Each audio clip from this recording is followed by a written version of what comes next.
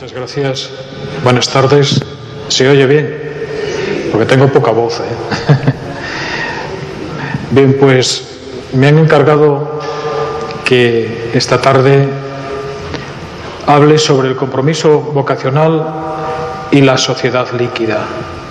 Cuando don Juan Antonio me anunció este título, pues me asusté un poco porque yo de esto no tengo mucha cosa. Pero bueno, me adentré en el tema y me hizo mucho bien, porque descubrí, entre otros, a Bauman, y desde ahí me han surgido como muchas ideas que me han ayudado y que me ayudarán. El primer punto es de la abundancia vocacional a la escasez vocacional. Mirad, cuando llegué a Astorga, la primera decisión que tomé fue la de visitar a los sacerdotes en sus parroquias y celebrar la Eucaristía con ellos y con el pueblo. Comencé por las parroquias cercanas a Astorga, en la zona del río Órbigo, y me sorprendí muchísimo, porque cuando iba a una parroquia me decían: aquí hay 40 religiosos, una parroquia pequeña, ahora no tendrá 200 habitantes.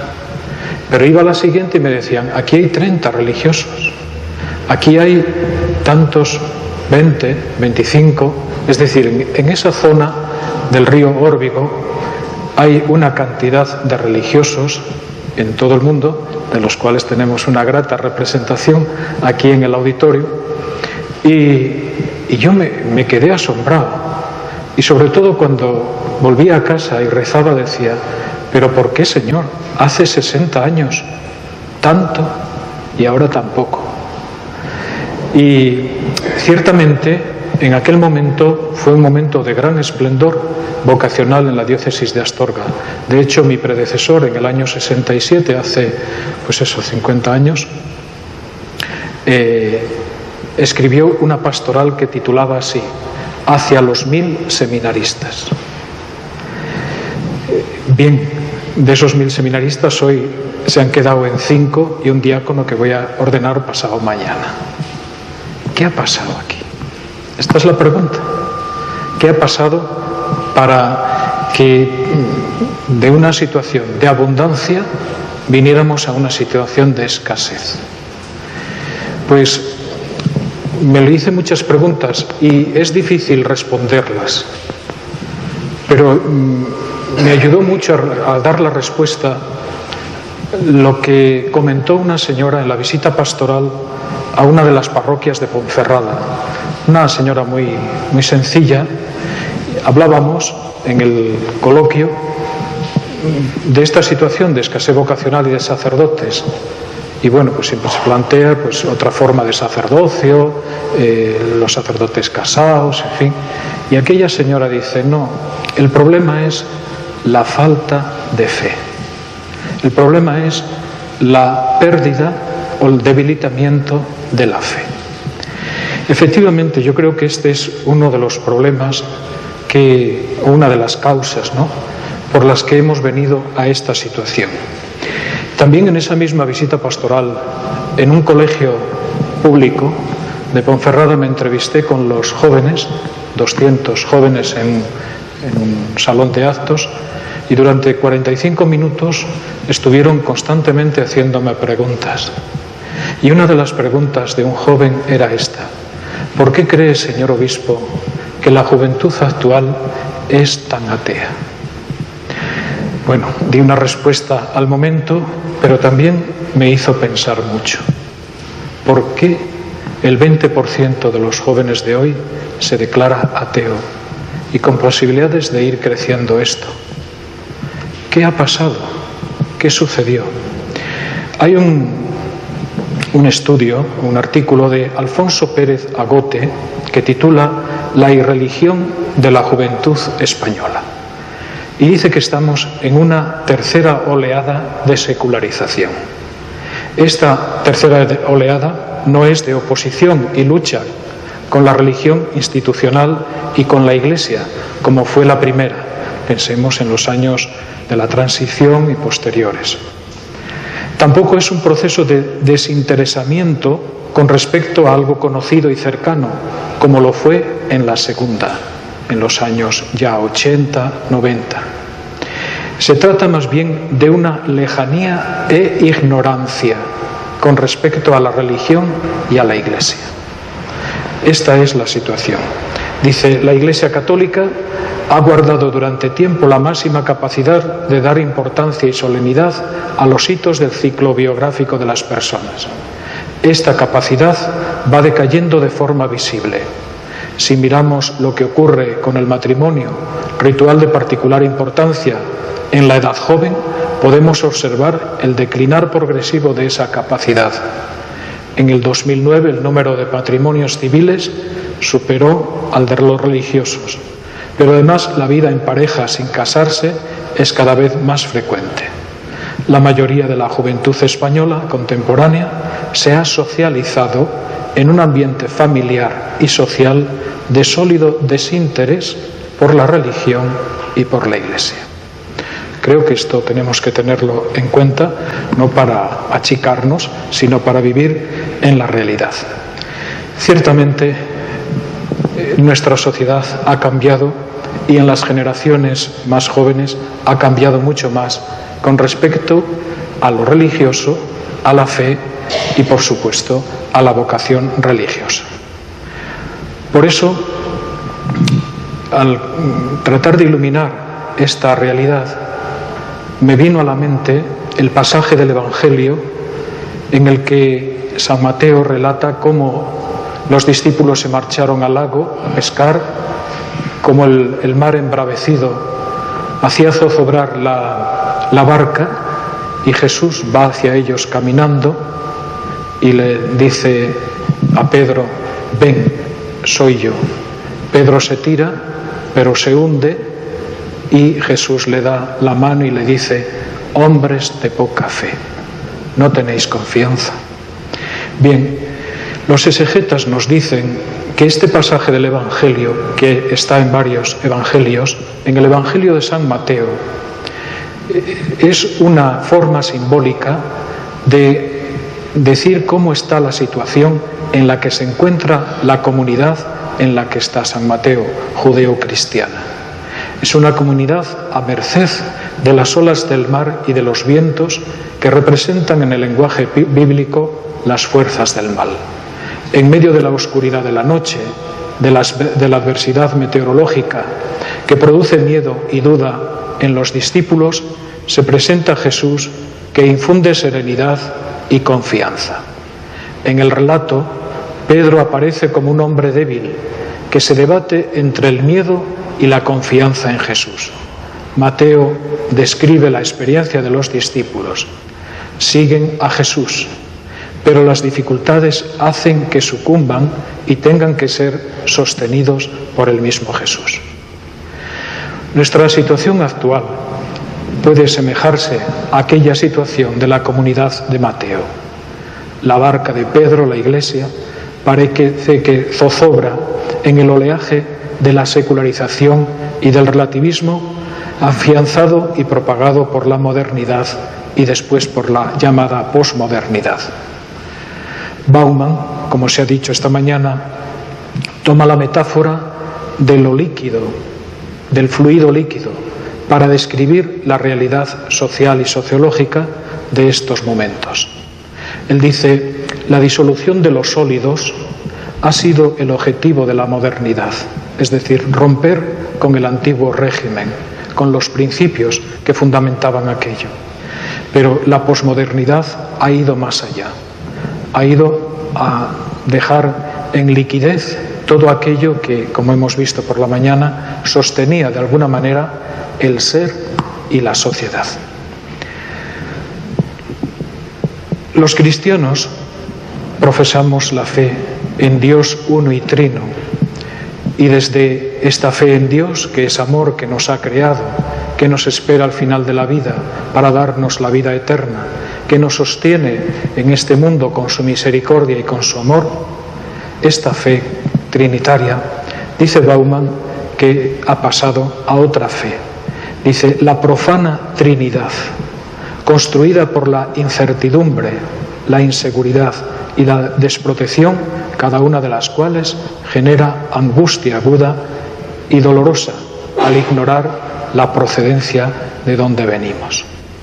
Esta situación de naufragio, de fragilidad, incide de una forma particular en los cristianos más jóvenes, que han de tomar decisiones, han de optar en la vida y, sobre todo, si se trata de la opción vocacional, un compromiso fuerte que implica toda la existencia y toda la vida.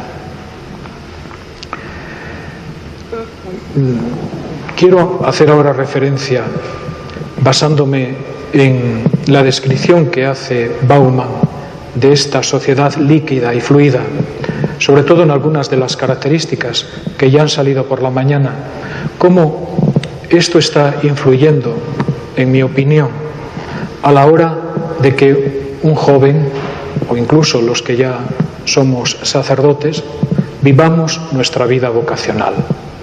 Yo lo llamo que son ruidos de oleaje.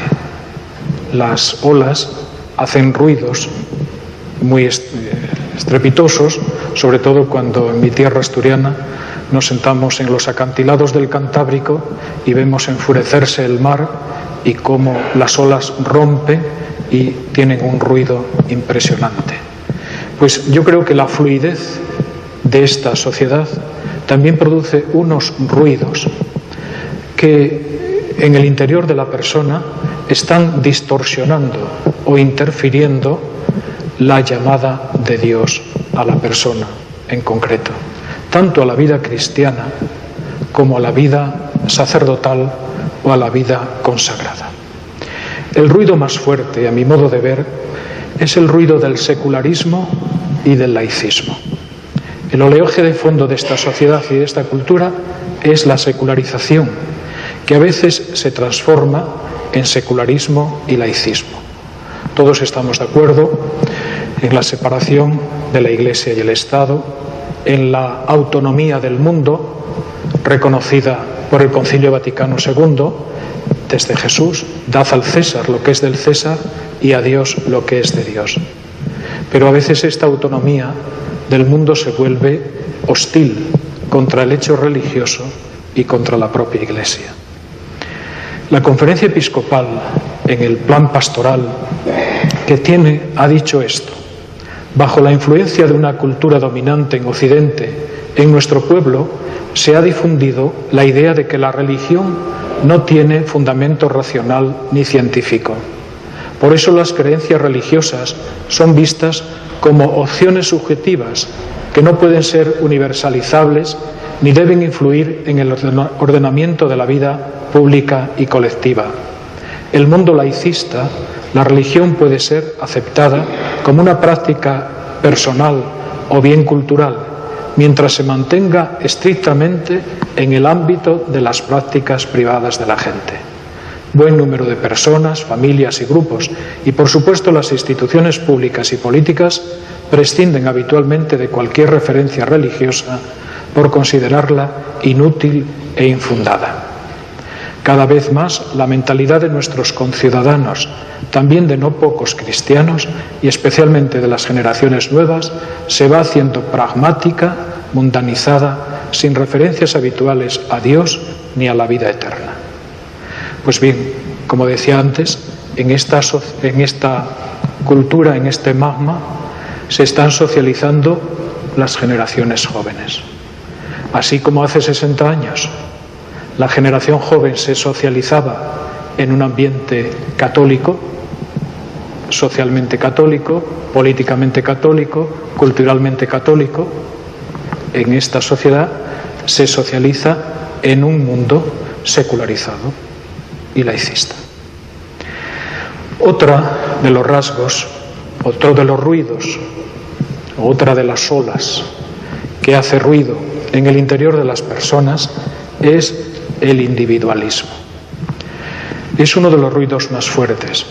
El profesor doctor Alfonso Adolfo Vázquez Roca de la Universidad Complutense de Madrid dice: el incremento del individualismo y el incremento de la protección de las formas de la vida privada de la propiedad privada, del domicilio privado, se ve reforzado por el desarrollo de la tecnología digital en sus posibilidades telemáticas.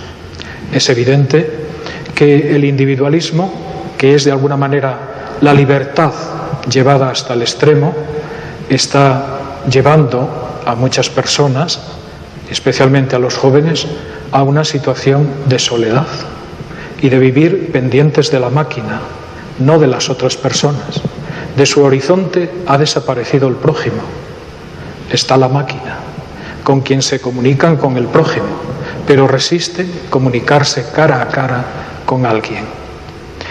Bauman dice que la individualización ha venido para quedarse. Por tanto, esto es algo que tendremos que contar con ello. El individualismo, por tanto, es uno de los ruidos interiores que dificultan la llamada de Dios a las personas para vivir en libertad, pero la libertad de los hijos de Dios, que siempre hace relación a Dios y al hermano, y que siempre espera una respuesta responsable. Otra de las olas que hacen ruido en el interior de la persona es el consumismo y el hedonismo, del cual también se habló esta mañana. Dice Bauman, la vida posmoderna considera a sus miembros primordialmente en calidad de consumidores y no de productores. Y el consumo está guiado por la seducción, por la aparición de deseos cada vez mayores y cada vez más volátiles. Y por tanto, al estar fundamentada en el deseo, se crea una insatisfacción permanente en la persona y se van creando falsas necesidades que necesita la persona cubrir. Hay una anécdota de alguien que llevó a un misionero al Corte Inglés y le dijo: compra lo que quieras para la misión. Y le dijo el misionero: de esto no necesito nada. Es decir, lo que tenemos muchas veces en los grandes templos de hoy, que son los templos del consumo, son cosas que podemos prescindir de ellas buenamente. En la dinámica de esta vorágine consumista es muy difícil que un joven pueda pararse pues a escuchar la voz de Dios y hacerse las preguntas trascendentales de la vida, porque eso no le interesa. Otra ola y otro ruido de la ola es la búsqueda de la identidad, de la cual el profesor Martín ha disertado esta mañana maravillosamente, me ha iluminado muchísimo. Yo solamente quisiera referirme a esto. La identidad que un joven de los años 60 tenía estaba referida a la familia, y una familia cristiana, católica, quizá a lo mejor excesivamente rígida, pero tenía una identidad: yo soy hijo de tal. Estaba referida también al barrio o al pueblo, sobre todo al pueblo, y sabía que la comunidad: yo soy de tal pueblo.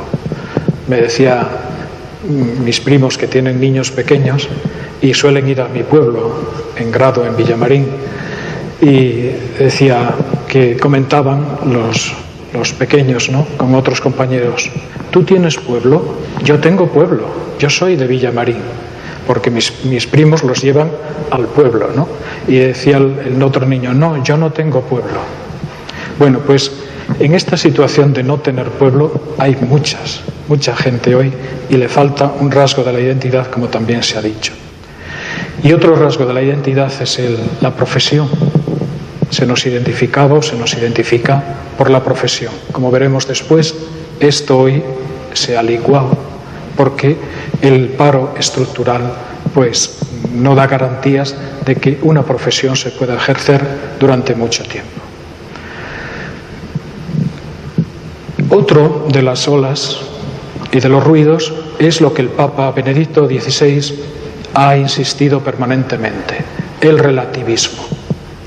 El relativismo que para el Papa Benedicto XVI, es uno de los grandes enemigos de la fe. El relativismo tiene dos direcciones. Uno es doctrinal, que se refiere a la verdad. Ninguna verdad es absoluta ni definitiva. Por tanto, el criterio de verdad es el mío. Y el otro se refiere a lo moral. No hay normas morales globales, cada uno puede pensar y actuar como quiera. En esta situación, dice el Papa, se crea una dictadura de relativismo que hace mucho daño, no solo a la fe, sino a la propia democracia y a la propia sociedad. Esto es también una interferencia en muchos jóvenes que, acostumbrados a vivir así, sin pensar en una verdad absoluta, que en unos principios fundamentales en los que se instala la persona, pues le resulta muy difícil poder discernir y optar en una vida vocacional. También otra de las olas y de los ruidos es esta mentalidad que se está creando en los jóvenes, y es la de no tener trabajo estable a lo largo de la vida. Y esto crea una mentalidad de que yo no voy a tener una profesión, yo no voy a poder realizar mi vocación, y preguntarse por la vocación tiene poco sentido si después no la puedo realizar. Se ha dicho que tenemos la generación mejor preparada de la historia, y la pregunta es, ¿y para qué? Si licenciados tienen que terminar siendo barrenderos.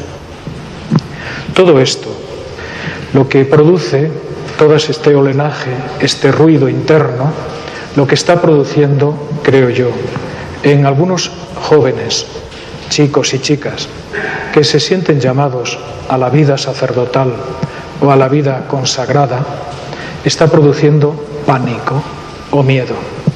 Y les resulta muy difícil, primero, escuchar la llamada de Dios, y segundo, responder a esa llamada con libertad.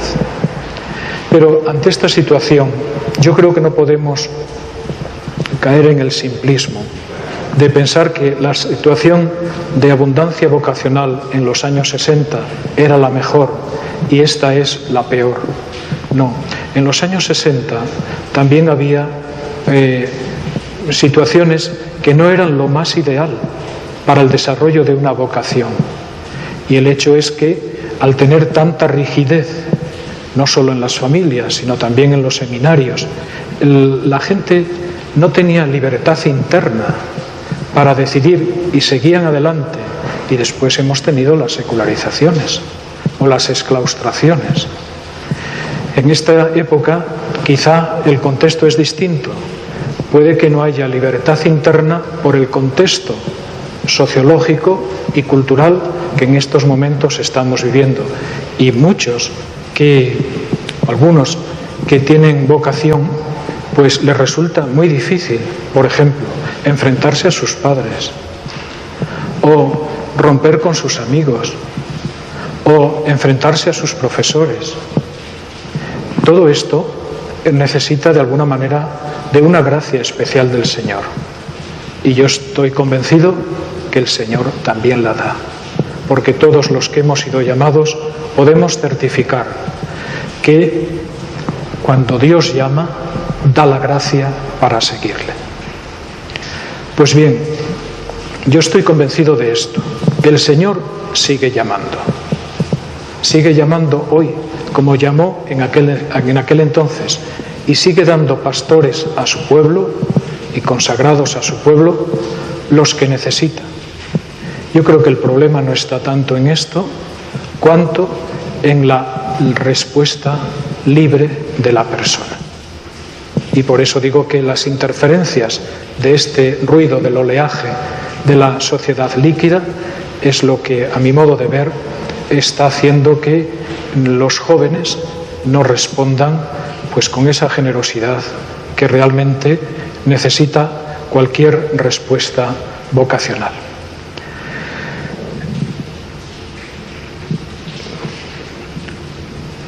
¿Qué podemos hacer para ayudar a los jóvenes y también a los que ya estamos en la vida sacerdotal vocacional que de alguna manera pues cada día tenemos que renovar nuestra vocación, y yo creo que todos estos ruidos también están en nuestro interior y pueden apartarnos del amor primero. He leído un artículo que me ha iluminado también bastante, de José Cristo Rey García Paredes, que escribe, el artículo lo titula así: Surfing en la sociedad líquida, la pastoral de la fidelidad. Y afirma: lo hemos escuchado muchas veces en estos últimos años.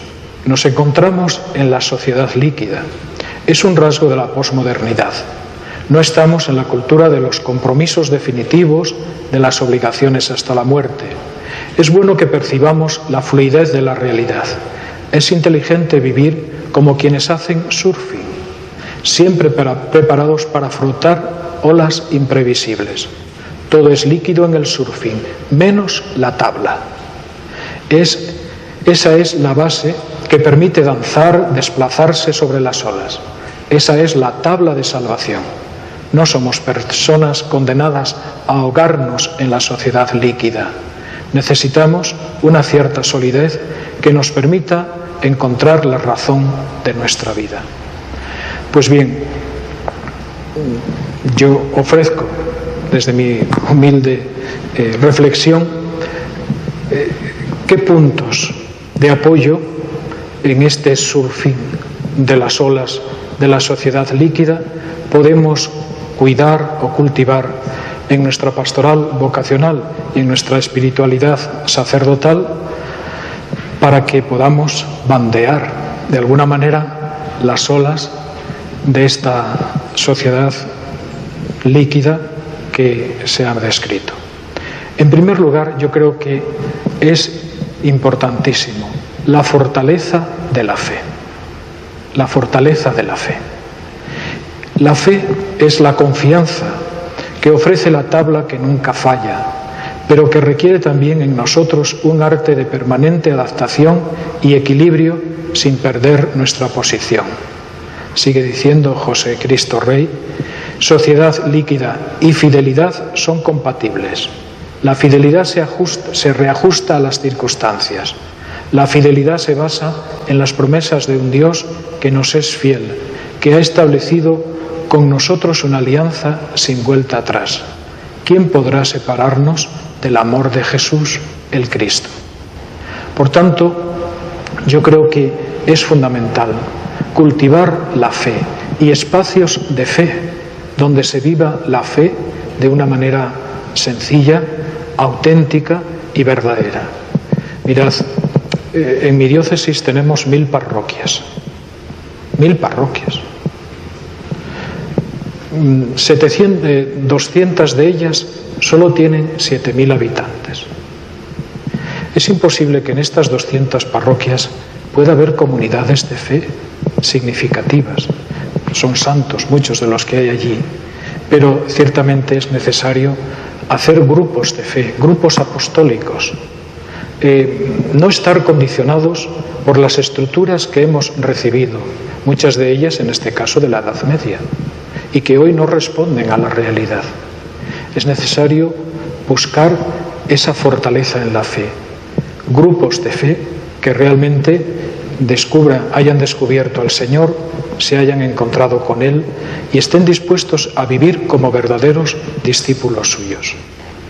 Creo que esto es muy importante y de hecho veis que las vocaciones, bueno, Dios siempre llama cuando le da la gana y como le da la gana y a quien le da la gana y por encima de nuestras previsiones.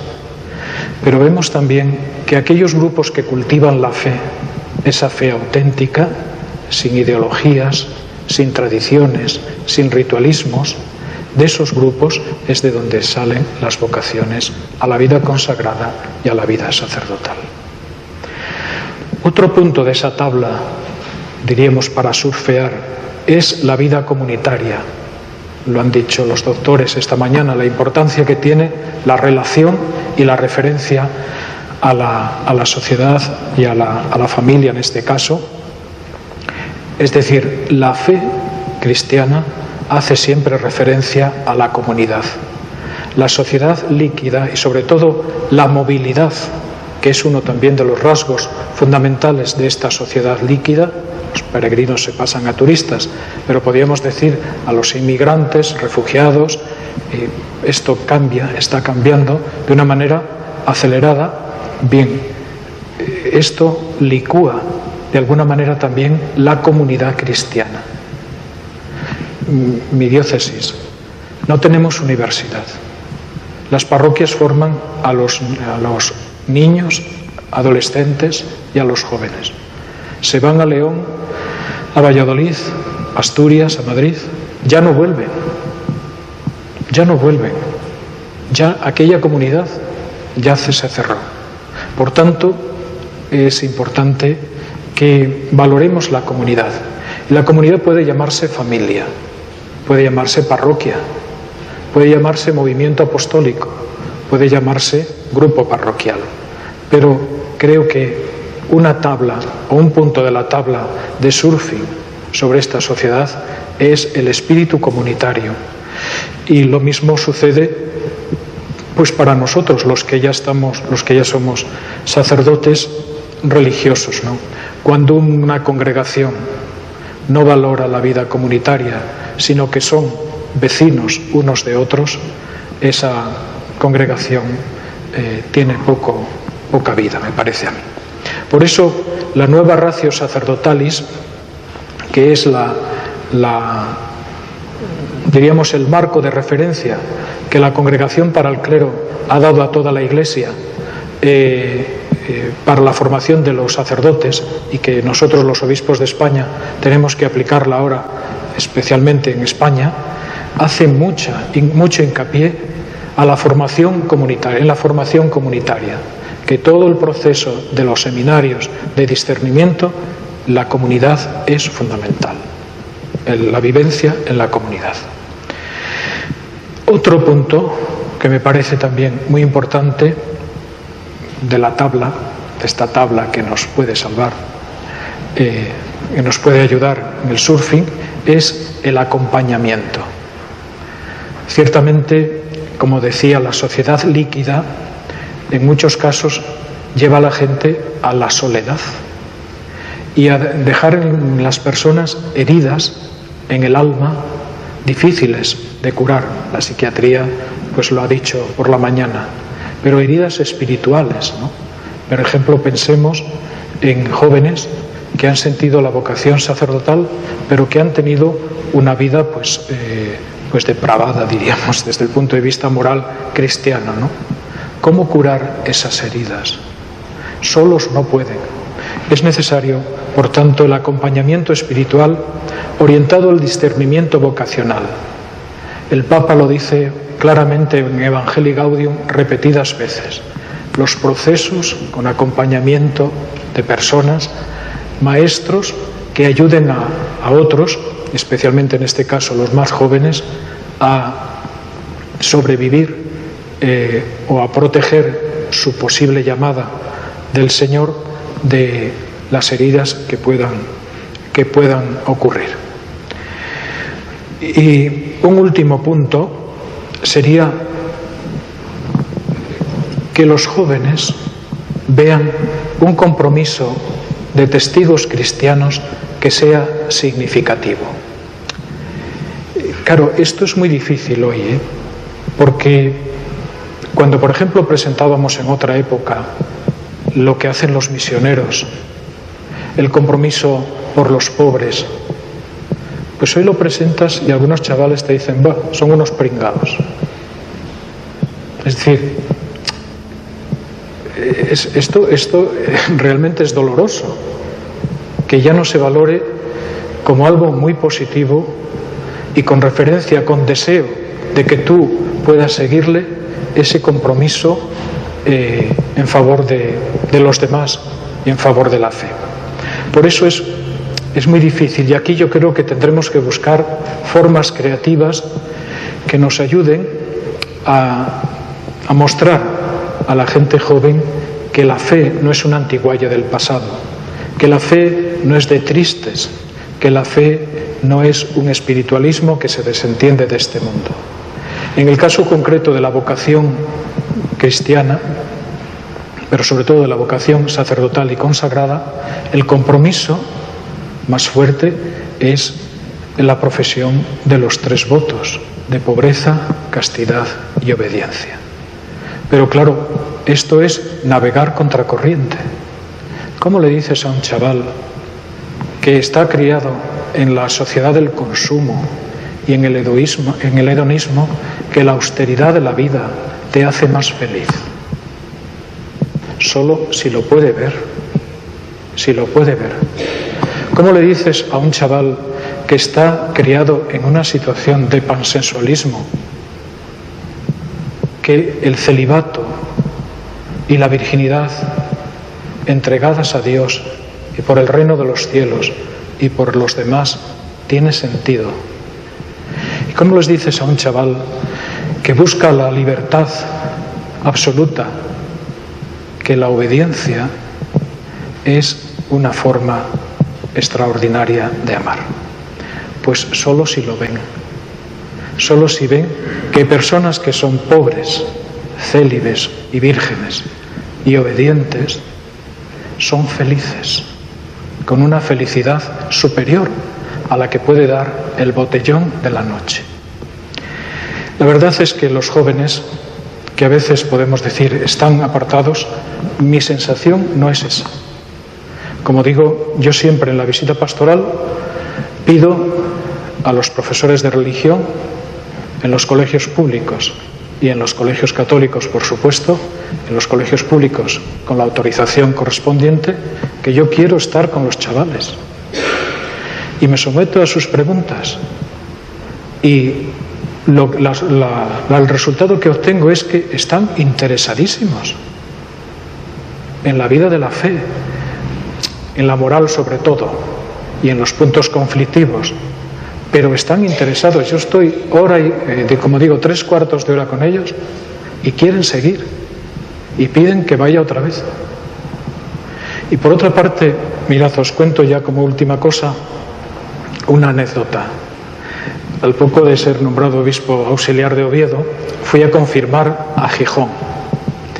Y al venir a las 12 de la noche, venía con la indumentaria de obispo, y la casa sacerdotal de Oviedo está en el centro de Oviedo y por lo tanto es la calle de la Movida. Estaba aquella calle así. Yo llegué con el coche y al ver aquella cantidad de gente, de chicos y chicas, ¿no? Pues en la Movida de las 12 de la noche, era temprano todavía, pero bueno, estaba aquello llenísimo, ¿no? Pues me dio pánico. Y fui metiéndome poco a poco con el coche, avanzando. ¿Y sabéis cuál fue la reacción de los chavales? Me hicieron la ola. Al descubrir que iba de obispo, me dijeron, obispo.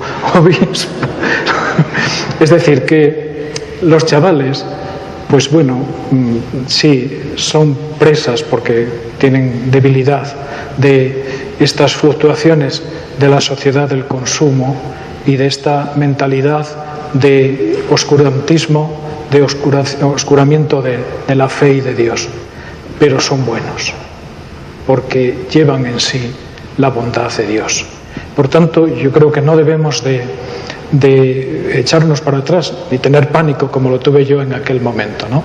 Solo una última frase de San Juan Crisóstomo que leíamos hace 2 días en la lectura del oficio. Muchas son las olas que nos ponen en peligro y una gran tempestad nos amenaza. Sin embargo, no tememos ser sumergidos porque permanecemos de pie sobre la roca. Aun cuando el mar se desate, no romperá esta roca. Aunque se levanten las olas, nada podrán contra la barca de Jesús.